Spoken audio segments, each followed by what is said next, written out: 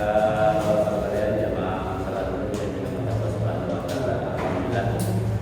Yang dimana Allah kita masih diberikan nikmat Allah kita kepada Allah Subhanahu wa taala. Malam ini kita masuk malam yang berapa? 19. Tapi gimana? Kamis juga. Insyaallah malam ini malam yang ke-19. Berarti insyaallah sudah ada lagi lebaran. Amin. Kalau nyampe umurnya. Amin. Alhamdulillah, mudah-mudahan segala ibadah kita baik wajib maupun sunat kepada Allah Subhanahu wa taala. Puasa kita diterima, salat kita diterima, ibadah kita diterima. Salam dan salam semoga diserahkan selalu pada junjungan Nabi kita Muhammad SAW. Mudah-mudahan selalu kita panjang yang ini menyebabkan dunia mendapatkan syafaat.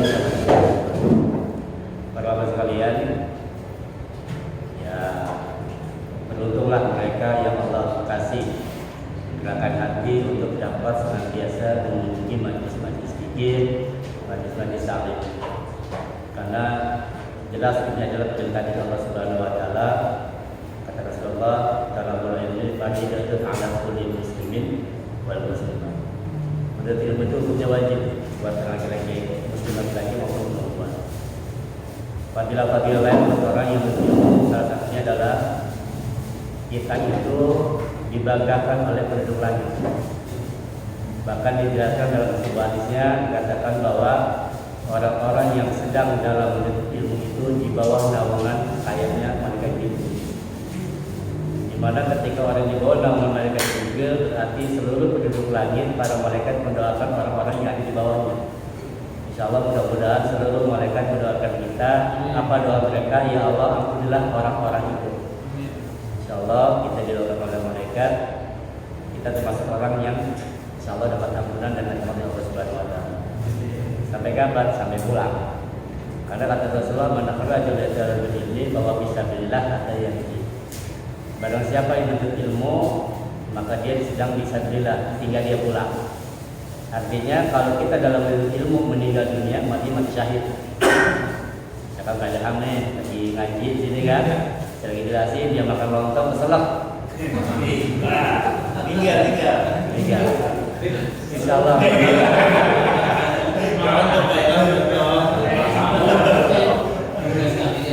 Ya, kalian.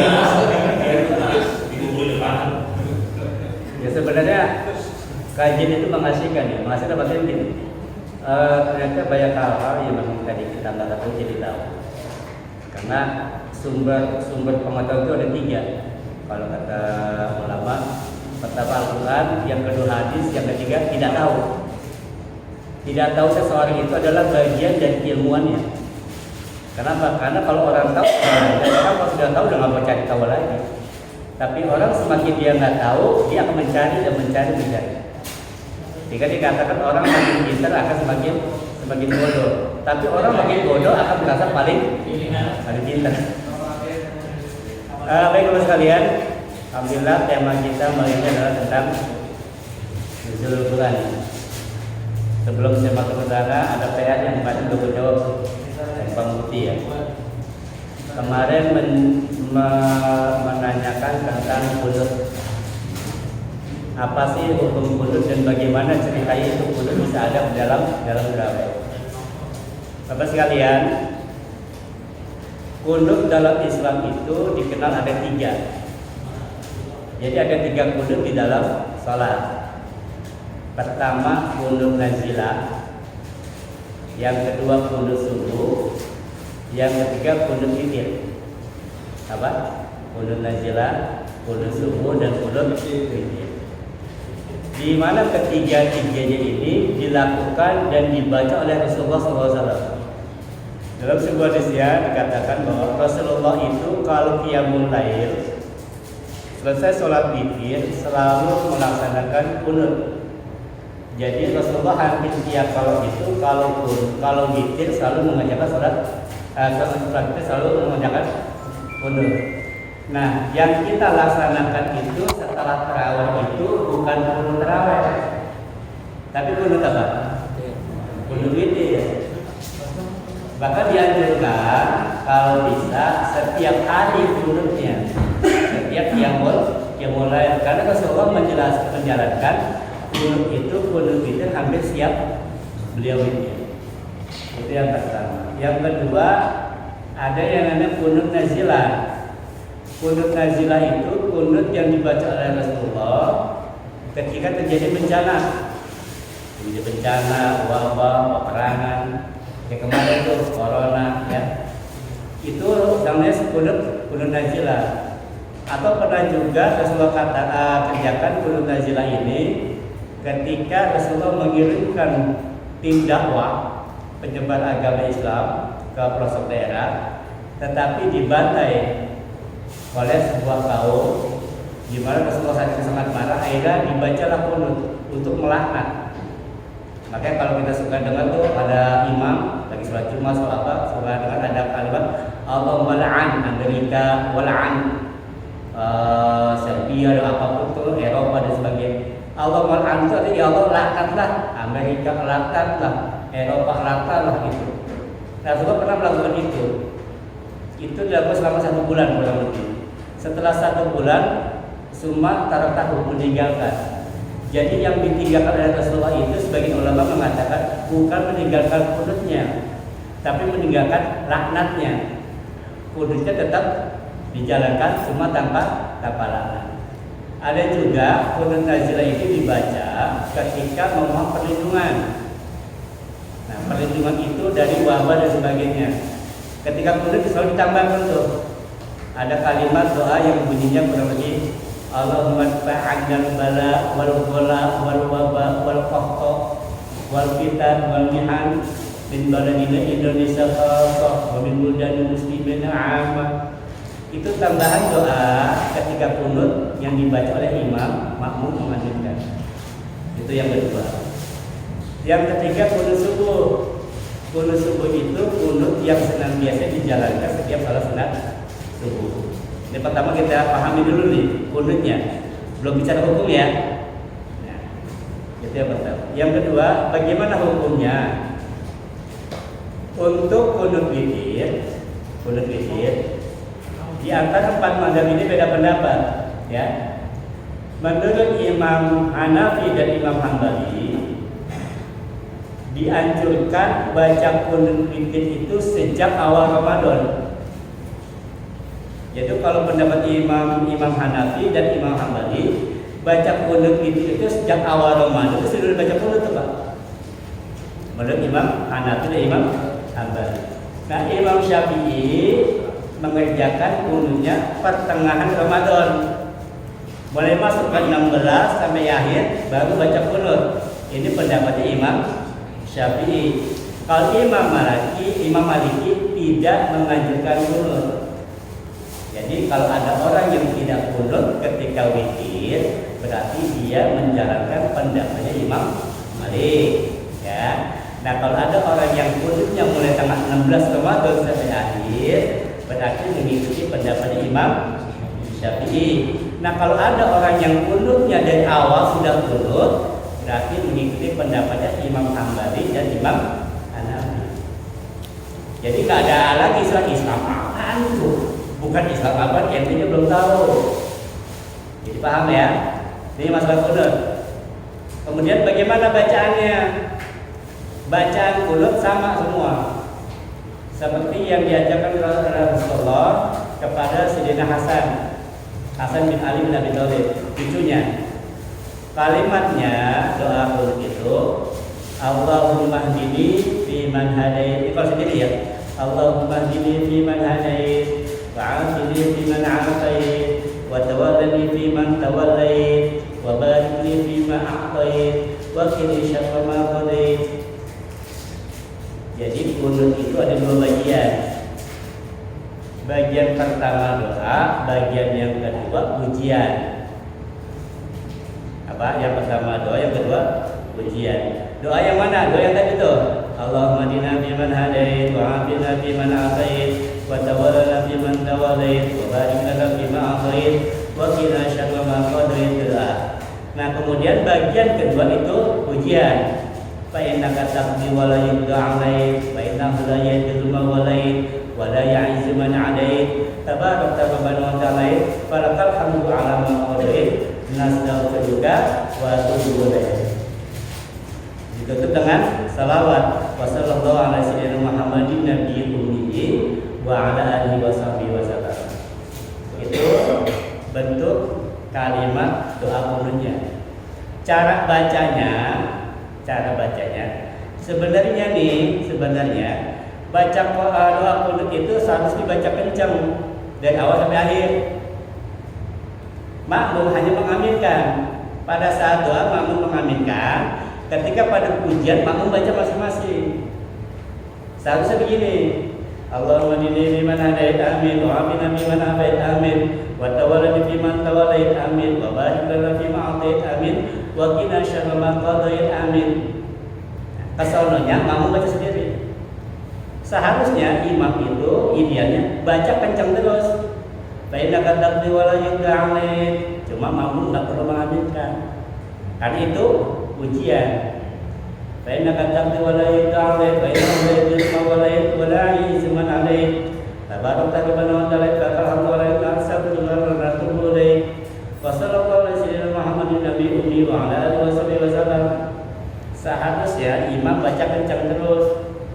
Cuma karena banyak makmum yang kurang paham, untuk mencegah takutnya amin terus, makanya ketika fa'inaka takbi imam baca pelan. Tahu ya? Kenapa fa'inaka takbi imam nggak baca kencang? Karena takutnya makmum mengaminkan. Karena sesungguhnya itu bukan doa, itu adalah pujian. Kan gini, Allahumma hadina liman hadait, ya Allah berikanlah kami petunjuk sebagaimana Kau berikan petunjuk pada orang sebelumnya. Allahumma hadina liman hadait wa afini liman afait, berikanlah kami afiat, kesehatan, kesejahteraan. Wa afini liman afait wa tawallani liman tawallait, tabaraka. Itu adalah doa. Nah, yang pujian fa innaka taqdi wa la yuqda alaik, sesungguhnya Engkau ya Allah yang Maha menentukan segala sesuatu. Itu pujian. Cuma karena ulama itu khawatir takutnya makmum amin terus sampai akhir, akhirnya ketika bagian doanya kencang, pas bagian pujiannya pelan. Ya, itu. Makanya kadang kata harusnya yang benar tuh begitu, Pak. Nah, Fa'inna kata toleh, fa'inna oleh itu malu oleh, boleh lain sebenarnya. Tabarak terban wa taala, pakar atau alam nafs. Nastaghfiruka wa natubu ilaik. Kencang lagi tuh imam.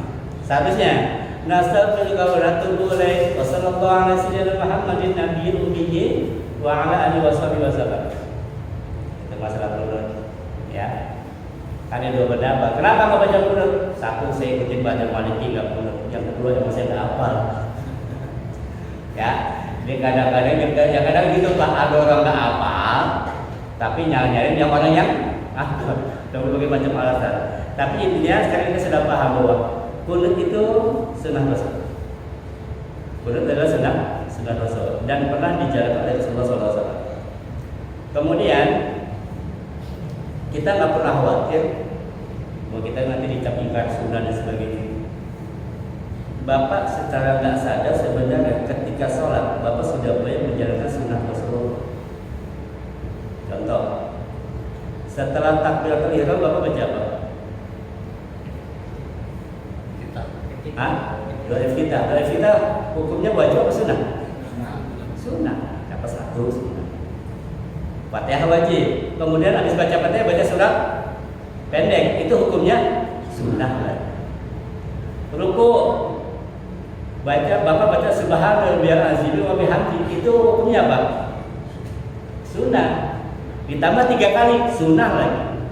Jadi sebenarnya secara nggak langsung Bapak sudah menjalankan sunnah Rasul. Maka wajar kalau Bapak dibilang ahli sunnah. Jadi jangan pernah takut siapa bilang tahu. Ikutin aja sholat yang biasa kita lakukan. Sebenarnya dalam sholat itu sudah banyak sunnah-sunnah yang bisa kita jalankan. Tinggal tambah dengan sunnah-sunnah yang lain. Subhanallahil azim sunnah.